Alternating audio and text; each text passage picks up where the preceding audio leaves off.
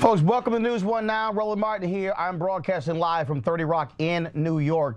Last night, massive protests continued all across New York as folks let their feelings be known when it comes to the grand jury decision involving Eric Garner. Protesters shut down the Brooklyn Bridge again. You also saw protesters in various parks in the city as well. Foley Square was one of the places. And we, of course, had one of our News1.com correspondents who was out on the streets, but also joining us in the studio right now. We're going to check with our News1.com correspondent in just a moment. But joining me in Washington, D.C. right now, we, of course, have Rock Newman, the host of The Rock Newman Show.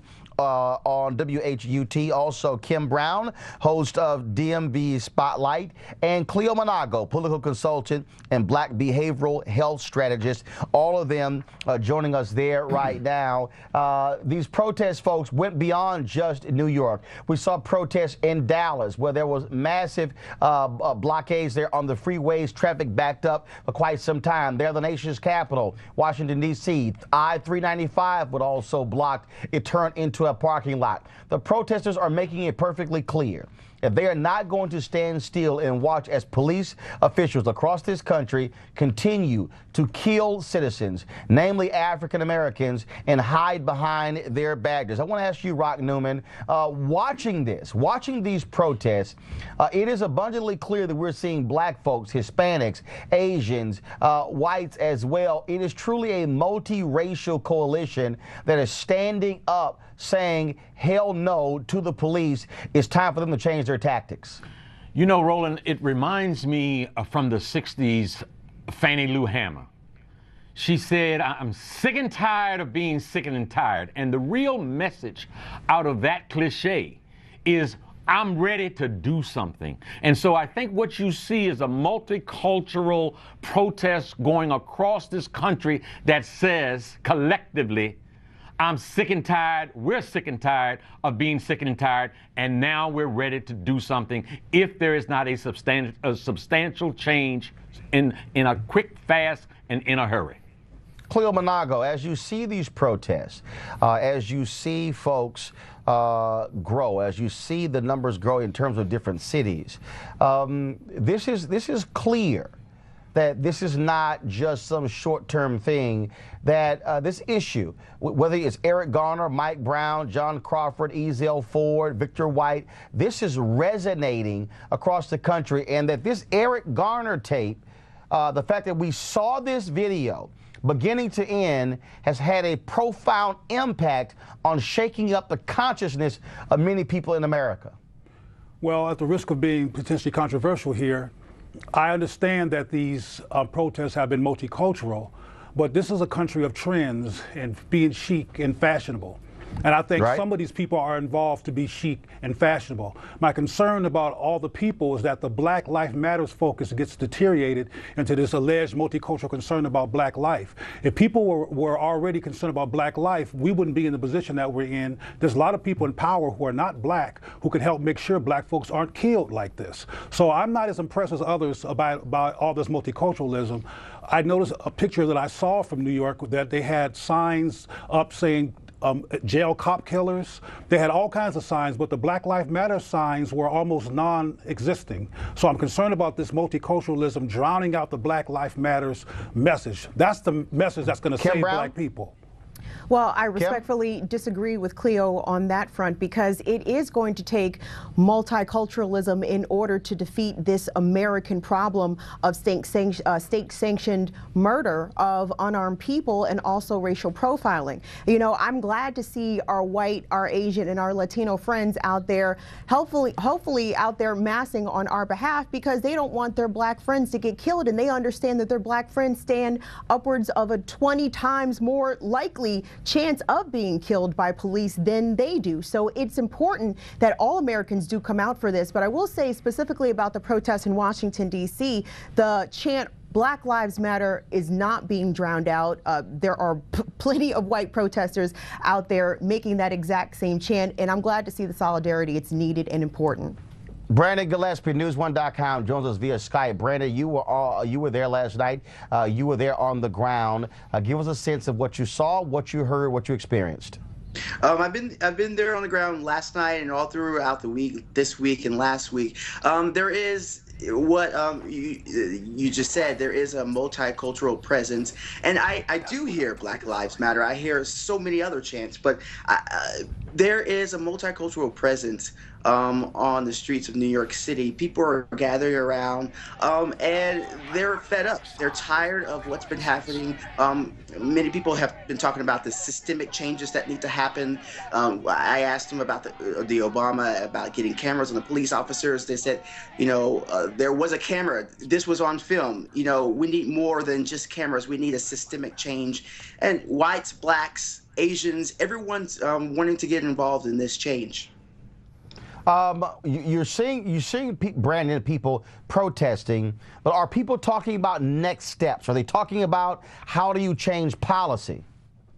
There's really no talk about the next step. I don't really see a long-term strategy. Right now, just people are just excited and really interested in just about getting out and doing something right now. I haven't seen any type of leadership. I don't even know who's in charge of these protests. There's so many going on around the city at the same time.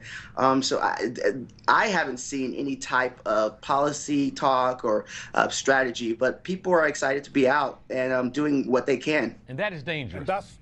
Exactly. That's my concern, Roland. It's like all this multiculturalism with no focus. And they just showed some images from, I believe it was New York. And again, there were no Black Lives Matter signs anywhere. And we just showed a large group with hundreds of people, and the Black Lives Matter signs weren't there. So again, some of this is a fashionable chic thing to come and join. Also, I think some people among white people don't want to be seen as racist, so they have to take a position on such a publicly focused on phenomena because of concern.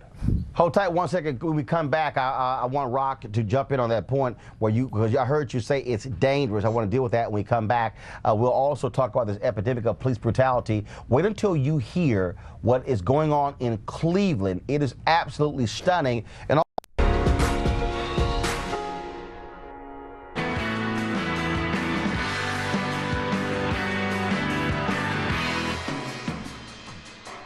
Hell no. The time for remorse would have been when my husband was yelling to breathe. That would have been the time for him to show some type of remorse or some type of care for another human being's life. When he was screaming 11 times that he can't breathe. So there's nothing that him or his prayers or anything else would make me feel any different. No, I don't accept his apology. No, I could care less about his condolences. No, I could care less. He's still working. He's still getting a paycheck. He's still feeding his kids. And my husband is 6 feet under. And I'm looking for a way to feed my kids now. That was Esau Garner, the wife of Eric Garner, who made it perfectly clear she was not going to accept the apology offered by the police officer in New York who killed her husband via a chokehold. And of course, this has continued to lead to massive protests all across the country. Before we went to the break, Rock Newman, you talked about what was dangerous. And I've been raising this point that certainly with these protests, what we're seeing is we are seeing people react. We're seeing people want to vent. We're seeing people who are protesting, but there has to be a policy component because if you can't say, I want justice, if you can't define what that justice is. You know, Roland, Martin Luther King talked about the tranquilizing drug of gradualism.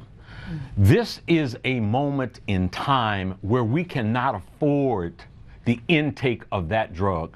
We must take this energy that surrounds this horrific event. You know, again, I go back to it being a moment in time where you saw for your own lying eyes a white police officer murder a black man with a chokehold, and 5 other officers stand around and not do anything to prevent that man's death. And then you have a prosecutorial system and a grand jury that is broken and fixed. I come out of the world of boxing, and you know what? How the sophisticated promoters would fix matches would be to bring in judges that they knew would vote in their favor. And that's what's wrong with, and that's what's happened in this grand jury system, along with a favoring prosecutor who works day in and day out with the police. All of these things must be addressed and they must be fixed. And you are absolutely right. There must be a concerted, organized, strategized policy component to move from anger, this energy and anger, to advancement. I want to bring in former Detroit Police Chief Ralph Godbee. He understands what's going on here, and he also says that there are some clear prescriptions that can be put in place to change what's going on. Ralph, welcome to News One Now, right here on TV One. What should folks be talking about policy-wise, Ralph, in order to change what's happening inside of police departments, grand juries, and also the prosecutions of these police officers involved in these fatal shootings? Well, Mr. Martin, there are two clear things for me. Number one, Renisha McBride, Trayvon Martin, and Jordan Davis, they weren't killed by police officers. So we've got to take a look, and we cannot let go of the stand your ground law and substantive changes or abolishment of that. Secondly, we have to quantify what it means to fear for your life. This blanket statement of I fear for my life without being able to quantify it or qualify it, that's what's killing our black people. Absolutely. We saw cameras with Eric Garner, and all we did was get a front row seat to the murder of a black man. So until there's change in policy, so we have to have a tactical approach, number one. And one of those approaches, there's smart technology with weapons. You can put a gun in somebody's hand that nobody can use it except the person that possesses it. We need that technology with police officers, because then that robs them of that argument that I feared he was going to take my gun. That's one excuse we can take off the table for killing black men. A second thing we need to look at is the technology that anytime a gun is pulled out of the holster, it is registered and the dispatchers know it. Because there's a second issue that the police are not going to bring to your attention, but the number of people that are shot by police officers that don't die. The number of times a gun is pulled in an intimidating way, which has a psychological and trauma on that same community. So there's some tactical things we need to do, and then we can have some discussion. But we got to stop the bleeding right now, Roland. Kim Brown, Cleo Manago, again, policy issues that we should be pushing, advocating when it comes to folks out in the streets, because again, saying you want justice and getting justice are two different things. Well, yes, excuse me, Cleo, but I wanted to raise a point that the police chief brought up, and there's something that we also need to talk about here, because there's a lot of discussion in the media about not all cops are bad. Well, the good cops need to be the ones actually policing the bad cops. Don't talk to us about all police are not the problem when the good cops supposedly are allowing bad acts to happen right in front of them, as we witnessed with Eric Garner. But Roland, to your point earlier, I wanted to tell you that FergusonAction.com, they have released a list of specific demands that includes the demilitarization of the police, the appointment of special prosecutors when we have these shootings, these officer-involved shootings under dubious circumstances at best. And there's a list that is available on the website at FergusonAction.com. So there are policy solutions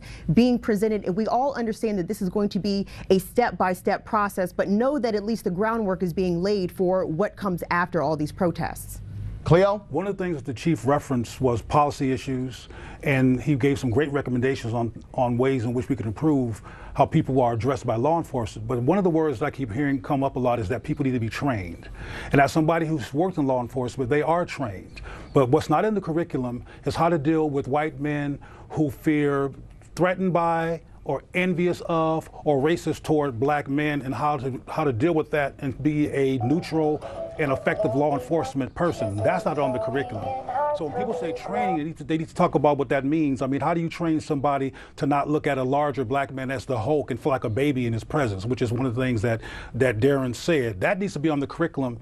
So part of problem solving here is looking at the issue of institutionalized racism and how the media and almost all systems criminalize black men. And there's some issues of perspective around how some white men feel about black men. When I was working in law enforcement myself, I ran into white male cops who use being a cop to act out their frustrations and resentments toward black men. So how does that get on the curriculum to deal with attitudes to help resolve this issue?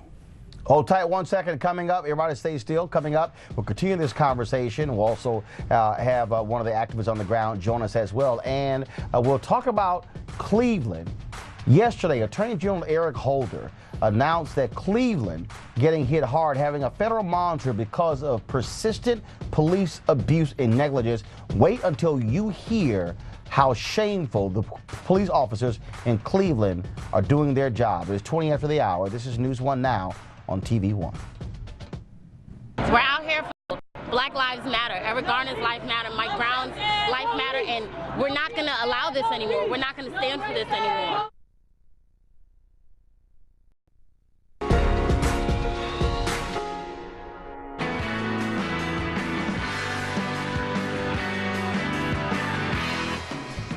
Folks, we'll get back to our conversation dealing with the Eric Garner aftermath in just 1 second in Black Lives Matter, but the November job numbers have been released. Overall, the unemployment rate hasn't moved. It's still 5.8%, but in November, 321,000 jobs were added. When it comes to the issue of unemployment rate, whites still have an unemployment rate in this country of 4.9%. African Americans are at 11.1%. That's an increase. Hispanics are at 6.6%. Also, the jobs you saw jobs added in construction and also manufacturing as well. Folks, in Cleveland, Attorney General Eric Holder was there yesterday, where he announced that a federal monitor is being put in place to oversee what's happening in Cleveland when it comes to their police department. The Justice Department released a 58-page report, folks, that showed unbelievable amounts of police abuse and brutality in Cleveland. Here, I want you to go to, if you're at home, go to cleveland.com. And I'm going to read for you the headlines on their page. Cleveland police too quick to use deadly force, Justice Department says. Report police misconduct detailed in 16 cases. Police regularly shoot guns unreasonably. Police tasered children, subdued suspects. Police hit people in the head with guns which sometimes fired. Report criticizes Police Civilian Review Board as opaque, ineffective. Police reviews of citizens' complaints flawed. Also, Cleveland police blasted for shoddy record keeping, and since 2004, taxpayers in Cleveland have spent $10.5 million on lawsuit settlements. Here's what Attorney General Eric Holder had to say from Cleveland. We have determined that there is reasonable cause to believe that the Cleveland Division of Public Police engages in a pattern and practice of using excessive force, and as a result of systemic deficiencies, including insufficient accountability, inadequate training and equipment, ineffective policies, and inadequate engagement in the community. Folks, let's go back to our panel here. Joining us is Dante Berry, director of MillionHoodies.org. He joins me via Skype from New York, and still we're talking with former Detroit Police Chief Ralph Godbee, as well as Rock Newman, Kim Brown, and also Cleo Manago right there in Washington, D.C. Dante, I want to go to you. This action in Cleveland speaks loudly to how police officers in this country are abusing its citizens, and for the Department of Justice to come in for the second time in 10 years to have a federal monitor that says that Cleveland's police department, like many others, absolutely out of control. We can't hear Dante for some reason, so we're going to get... Pardon me, because I'll jump on this when you start talking. Go right ahead. When you start talking about Cleveland and all the issues that you just illuminated that the Justice Department pointed out. What I did. Hold tight 1 second, Dante. We have some audio issues. Let me go to Ralph. Ralph, what do you make of the DOJ coming down so hard on Cleveland, exposing this kind of brutality? Well, I'm intimately familiar with consent judgments. When I was chief, I took over a department that was 19% compliant with 2 federal consent judgments. When I retired in October 2012, led us to 90% compliance, and subsequently Detroit's not under a federal monitor anymore. But what Cleveland has to do, the sooner they embrace it as an opportunity for change, and that's the soonest that you're going to see cultural change. It can be done, Roland. We went through a period of time when I was chief, over 2 years, and for a solid year, there was only 1 officer-involved shooting that resulted in a fatality, and that was a gentleman that went into a police precinct with a shotgun and indiscriminately started shooting. So what you monitor and what you inspect is what you can expect. So you have to pay attention at the top. But the most important thing is our first line supervision, how you train your sergeants. I don't care what chiefs say, the sergeants have the most impact on the conduct of their officers, because that's where the rubber meets the road. I'd like to ask Cleo, do we have Dante back? All right, Cleo, what do you make of this report? Picker speaks loudly when, first of all, Tamir Rice, also the story came out, how the background, one of the officers who was involved in the killing of Tamir Rice, he worked at a suburban police department, and they said this person is absolutely unfit. He can't handle stress, doesn't handle direction. And Cleveland, for some reason, didn't do a background check to pull the personnel file of this guy before they hired him. Well, as you know, we have Chief Goodby here, who's an expert on how to prepare men for policing, and I think obviously Cleveland doesn't have anybody in place that can do that well. And I have a question for the chief. He might have heard my comments earlier about training and how we deal with the attitudes among cops. I know Detroit used to be predominantly black, so I'm not sure what the police department is made up of, but Chief Goodby, how do you deal with racist attitudes among cops who are going to be dealing with black people? Well, first of all, Mr. Newman, everything is not racist, but there is definitely racial bias. And the leadership, it starts at the top. You have to set a tone of what the expectation is relative to how your citizens are going to be treated. But also, you got to get from behind desk, and you have to get out in the community, and you have to hear from people. When I was chief, I went actually into prisons to talk to incarcerated citizens, because 90% of them are coming home. So, number one, I heard from them what some of their issues were, even though these were some arguably bad people or people that done bad things. You have to set the expectation of what the relationship is going to be on both sides of the fence. But Chief, so you preface your comments with that everything is not race, and I understand that. I know everything is not race, but what we're talking about now, absolutely right. So I want you, if you can, to address how do you deal or give some recommendations to the nation, because there's police officers probably watching this and other current chiefs. How do you deal with? Because you cannot measure, in many cases, the racist attitudes among cops. So how can you prepare the culture of police to be less of a danger to unarmed black people? Well, first of all, we have to stop being so sensitive as law enforcement and admit where we fall short and where we're wrong. And gotcha. And there's a second thing, and I have to say this very clearly. Black police officers have to be black police officers who happen to be police officers and understand, because Medgar, Martin, and Rosa did not pave the way for us to come in to assimilate and treat our people in similar ways. So until we have the guts to stand up for ourselves and not assimilate and identify the behaviors, that's where the rubber meets the road. You know, final comment. I need final comment real quick from Kim and Rock. Thanks a lot, Roland. Well, I mean, as we're seeing with the DOJ instance in Cleveland, this Obama administration, the Department of Justice under this president, has taken similar actions against police in Newark, New Jersey, and in Miami, Florida. So obviously, this is not a Cleveland problem. This is not an NYPD problem or an LAPD problem. This is a nationwide issue with how law enforcement goes into communities of color, and why is it that that our constitutional rights are not being honored as those of other Americans? Rock, I got about 20 seconds, Rock. You look at what happened in Cleveland, and that is a microcosm of police systems across the country. It must start. I don't hear people addressing as it should be. First of all, the hiring practice. That idiot that shot that 12-year-old boy was totally unfit to be on the force. He was on the force. He used a gun with deadly force. We must prevent that. Stop him at the door.